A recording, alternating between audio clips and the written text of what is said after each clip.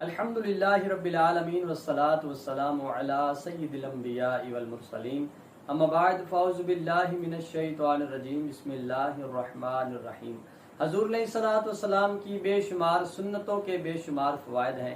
آج ایک حضور علیہ الصلوۃ والسلام کی بہت ہی پیاری سنت جس کے فیوز و برکات کے حوالے سے ہم سنیں گے۔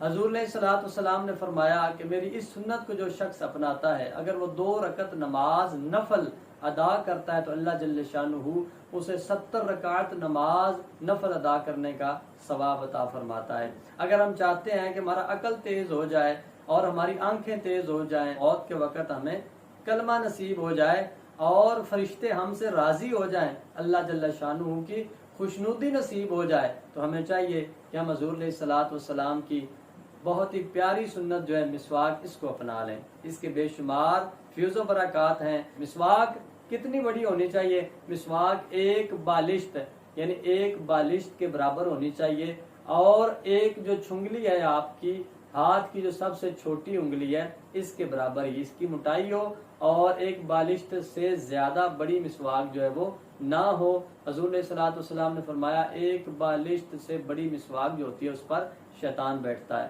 مسواک کریں گے تو آپ کا دماغ، آپ کی آنکھیں یہ بھی تیز ہو جائیں گی، اور آپ کے مسوڑے، آپ کے دانت مضبوط ہو جائیں گے، اور آخری وقت حضور علیہ الصلوۃ والسلام نے فرمایا کلمہ نصیب ہو جائے گا۔ اسی طرح حضور علیہ الصلوۃ والسلام کی ہر سنت کے بے شمار فیوز و برکات ہیں۔ انشاءاللہ تعالی وقت کے ساتھ ساتھ ہم نبی کریم صلی اللہ تعالی علیہ وسلم کی سنتوں کے بارے میں سیکھیں گے، سنیں گے اور اس پر عمل کرنے کی کوشش کریں گے۔ اللہ جل شانہ ہمیں نیک اعمال کرنے کی توفیق عطا فرمائے، اور ہم سب کی تمام دینی اور دنیاوی معاملات جو ہیں ان میں آسانیاں پیدا فرمائے۔